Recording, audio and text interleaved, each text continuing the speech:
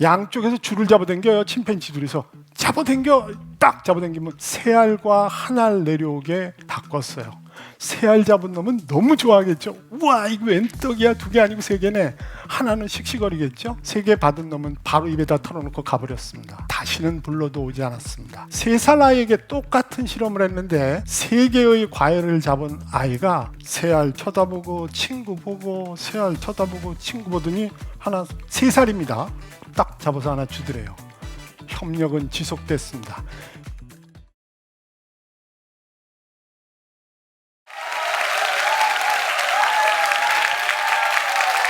지금 소개해 주신 대로 저는 고려대학교 의과대학에서 기초의학인 생리학이라는 과목을 전공을 했습니다. 근데 그중에 뇌를 전공을 했어요. 그런데 인간만 가지고 있는 이 측은지심이라는 게 가슴 뭉클하는 거 있잖아요. 다른 동물에는 없습니다. 근데 오늘은 좀 어울리지 않는 한 단어를 같이 매출해 보려고 합니다. 냉정한 측은지심입니다. 약간 안 맞죠? 에드워드 윌슨 교수라고 하버드 대학에 있는 교수님이 지구의 정복자라는 책을 쓰셨습니다. 이 책에는 이기적인 인간은 이타적인 인간을 이기고 맙니다. 여기에는 성실하고 자기관리 잘한다는 개념도 들어갑니다. 그런데 이타적인 사람들이 집단을 이루면 이기적인 사람들의 집단을 이기고 맙니다. 우리는 어떻게 스탠스를 취해야 될까? 어떻게 자세를 취해야 될까요? 왜냐하면 이기적인 인간만 있다면 그 사회는 해체될 것이기 때문에 그렇습니다. 야, 이거 이기적이어야 되나? 이타적이어야 되나? 참 어려운데요.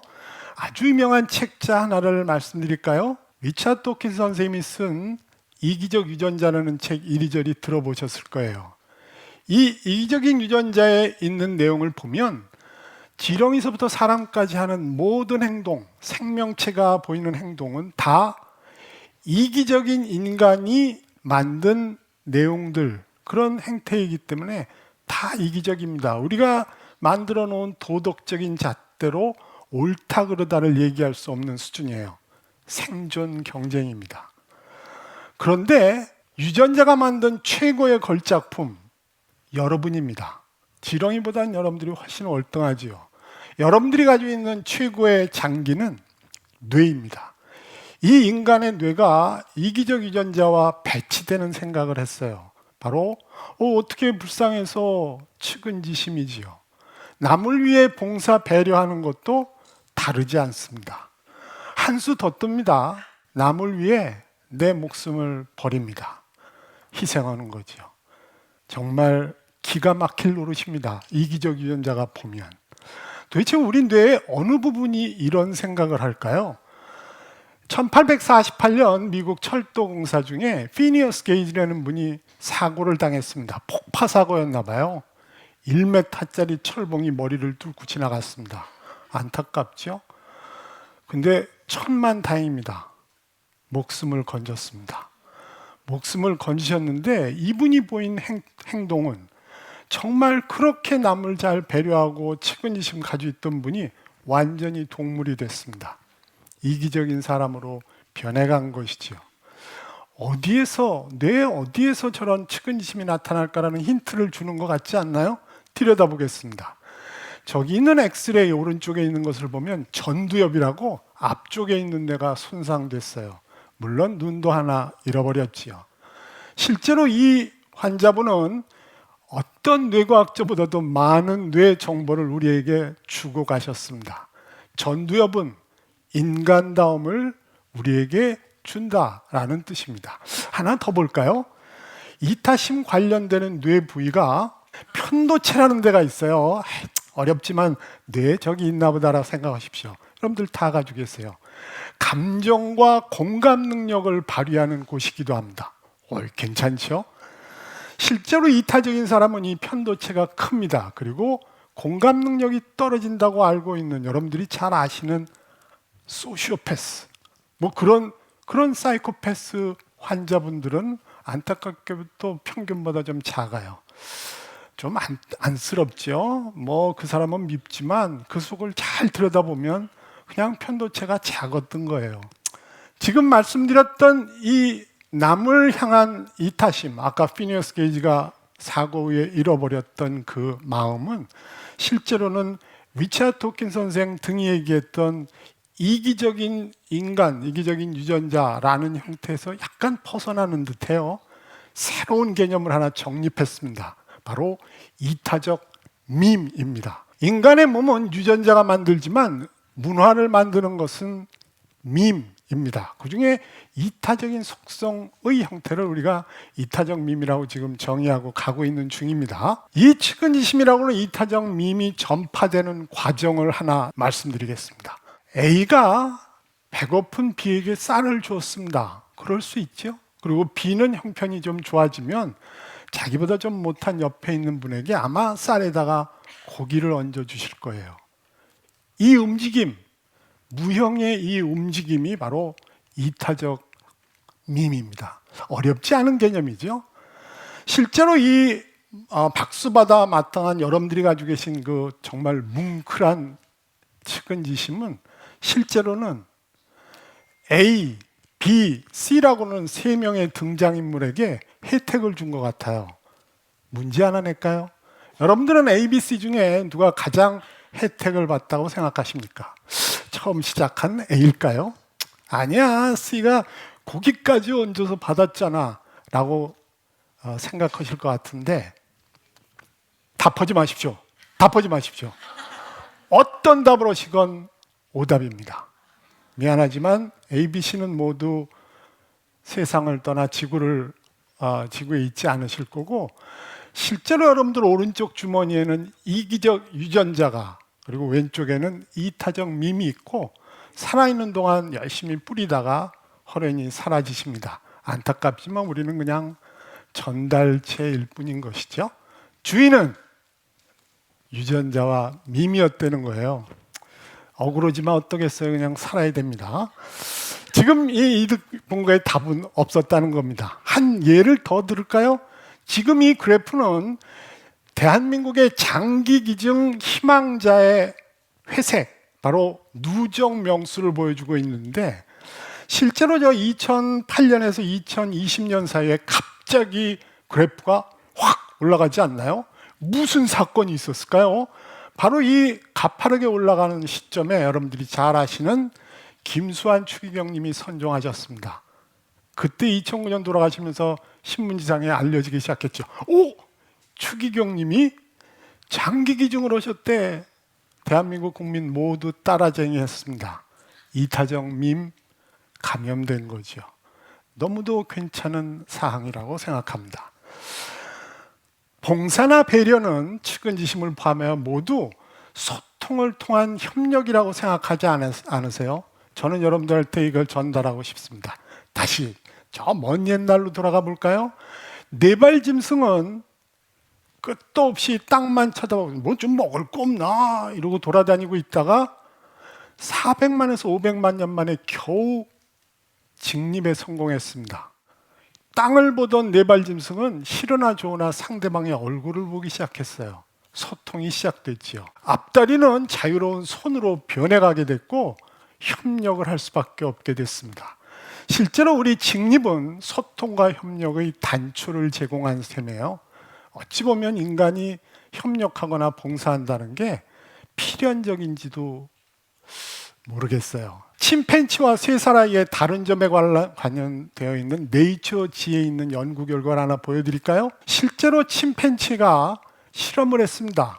어떤 실험에 투여됐느냐 하면 양쪽에서 줄을 잡아당겨요. 침팬지 둘이서 잡아당겨 딱 잡아당기면 과일이 도로록 두 개씩 내려옵니다. 오, 신나죠? 배고프면 헤이 땡겨 두 알씩 열심히 먹다가 어느 순간 바꿨습니다. 어떻게 바꿨냐면 세 알과 한 알 내려오게 바꿨어요. 세 알 잡은 놈은 너무 좋아하겠죠. 우와 이거 웬 떡이야. 두 개 아니고 세 개네. 하나는 씩씩거리겠죠. 세 개 받은 놈은 바로 입에다 털어놓고 가버렸습니다. 다시는 불러도 오지 않았습니다. 3살 아이에게 똑같은 실험을 했는데 3개의 과일을 잡은 아이가 세 알 쳐다보고 친구 보고 세 알 쳐다보고 친구 보더니 하나 3살입니다. 딱 잡아서 하나 주더래요. 협력은 지속됐습니다. 직립인간은 침팬지와는 다르다는 겁니다. 실제로 이 3살 아이의 침팬지와 달리 보상을 나누어 이렇게 지속적인 협동을 유지했다는 건 괜찮지 않나요? 제 조그만 경험 하나를 말씀드리려고 합니다. 저는 대학 다닐 때 교육봉사 동아리 운화회라는 곳에 속해 있었습니다. 이 동아리는 실제로 의무교육이 아니었던, 중학교가 의무교육이 아니었던 그 시절에 중학교를 못 가고 거리를 배회하는 구두를 닦거나 신문을 파는 직업 청소년을 가르치는 일명 야학, 야학 아시지 않나요? 야학 아시면 연세가 좀 있으신 건데요. 하여튼 야학인 종로 직업소년학교라는 곳에 제가 속해 있었습니다. 별로 중요하진 않지만 여기 있는 것이 접니다. 아유, 저 땐 정말 어리고 좋았는데요. 하여튼 지금 말씀드렸던 이 학생들이 실제로는 종로직업소년학교를 졸업하여 검정고시를 거쳐 굉장히 사회 기반을 잡고 지금은 아주 잘 나가고 있습니다. 모두들. 근데 이 종로직업소년학교라는 야학이 결국은 중학교가 이래저래 해가지고 의무교육이 되면서는 대상자가 없는 관계로 요즘에는 공부방을 운영합니다. 저희 후배들이 공부방을 운영하는데 성북구에 있는 기름동에서 형편이 넉넉지 않은 학생들을 대상으로 중학교 2, 3학년 학생들, 고대 학생들이 선생님으로 하는 공부방 무료지요. 경쟁률이 대단합니다. 아주 가보면 분위기도 좋습니다. 지금 말씀드렸던 이 운화회가 50주년을 맞이했어요. 몇 년 전에 했습니다. 200명이 모였는데 반은 직업소년학교 졸업생들이고 반은 선생님인데 누가 누군지 몰라요. 모두들 머리 희끗희끗해지고 너무 좋았습니다. 눈물 날 정도로 좋았습니다. 그렇게 커준 게 고마웠던 것이지요. 실제로는 이 학생들이 1년에 한 번씩 선생님을 모셔놓고 식사 대접을 합니다.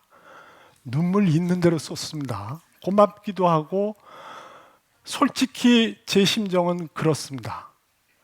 이 학생들이 봉사를 받았다고 그러고 지금 이렇게 죽어 있는데 실제로는 저는 봉사 받고 있는 것 같아요. 준 것 같지 않습니다.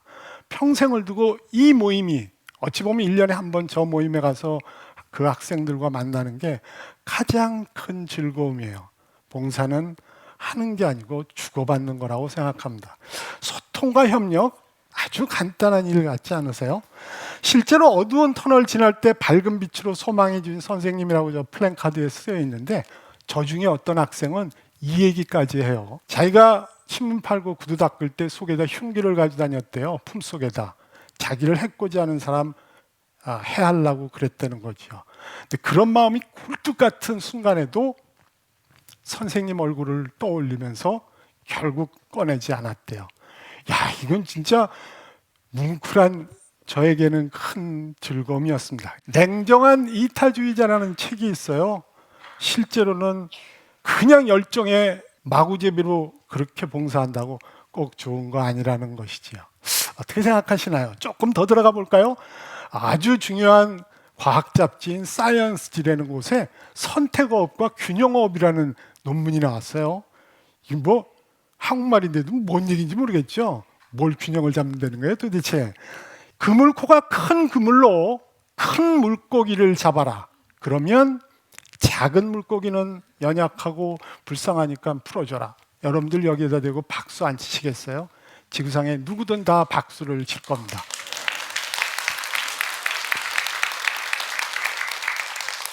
야, 아까 저 나올 때 박수 소리보다 물고기한테 더 크게 치시네요. 그런데 우리가 하나 간과를 한 게 있어요. 실제로 바닷속에 있는 모든 물고기가 우량 유전자를 가지고 있는 거 아닙니다. 열등 유전자를 가지고 있는 게 있어요.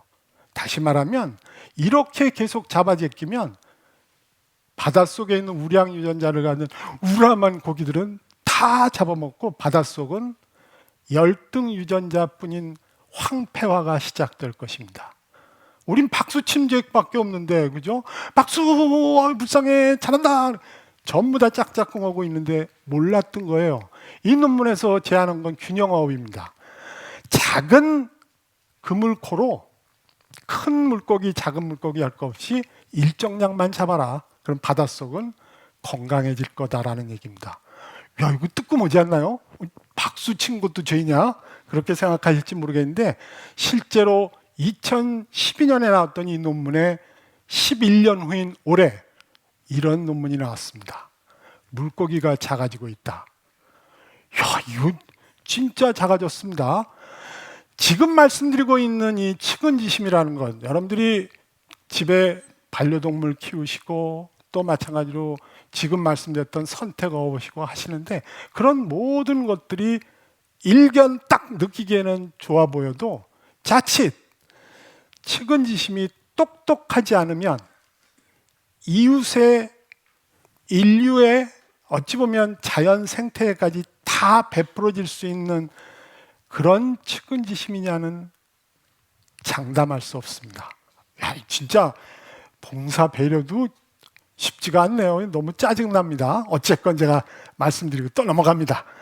자, 이제 정리를 해볼까요? 지구의 정복자, 아까 말씀드렸던 대로 이기적인 인간이 성공하고 집단도 이타적인 집단이 성공을 하는데 말씀드렸던 이타심이 냉정하지 않거나 아니면 그냥 그물코 큰 거 박수나 치고 있어가지고는 그거 안 됩니다. 그렇지 않다는 거죠. 근데 또 하나 더 걱정이 하나가 있습니다. 정말 걱정만 자꾸 끼쳐드려 죄송한데 하나 더 볼까요? 완전히 남을 위한 이타심만 가지고 있다면 발전이 없습니다. 결국 꿀벌 사회처럼 되겠죠. 어떡하란 말이냐라고 여러분들이 생각하실 것 같은데 약간 힌트를 드릴까요? 시작합니다. 바람직한 방향은 이거일 것 같아요. 혼자 있을 때는 끊임없이 자기 개발에 매진하십시오. 물론 이때는 차가운 뇌가 기반이 됐으면 좋겠습니다. 남과 같이 있을 때는 따뜻한 가슴을 갖고 협력하십시오. 그러면 궁극적으로 협조적 경쟁이라고 하는 결말에 이르게 될 거예요. 정답 아닌가요? 이렇게 했으면 좋겠습니다. 제가 했던 진짜 교수로서 경험 하나를 말씀드리겠습니다. 학습 후에 24시간 후에 머리에 남아있는 비율입니다. 그런데 왼쪽에 보십시오. 여러분들이 강의를, 지금 제가 강의하고 있는 셈인데 지금부터 24시간 후에 여러분들 머릿속에 남아있는 건 안타깝게도 오른쪽 끝에 있는 5%예요. 집어 던지고 싶습니다. 그러나 어쩌겠어요. 이게 우리의 머리의 한계입니다. 퍼센트를 높여야겠죠. 가운데로 오시죠. 집단 토의에 들어가 보시죠. 50%입니다. 오! 협력의 힌트가 보이시지 않나요? 좋습니다. 하나 더 갈까요? 오른쪽으로 갑니다. 상대방한테 설명하기 90%가 남습니다. 내가 충분히 알지 못하면 절대로 남한테 얘기할 수 없어요.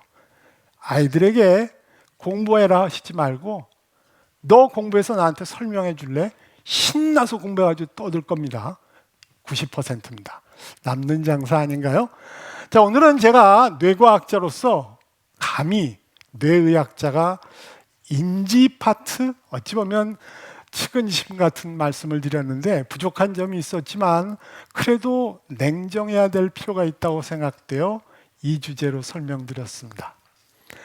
듣느라고 수고하셨습니다. 감사합니다.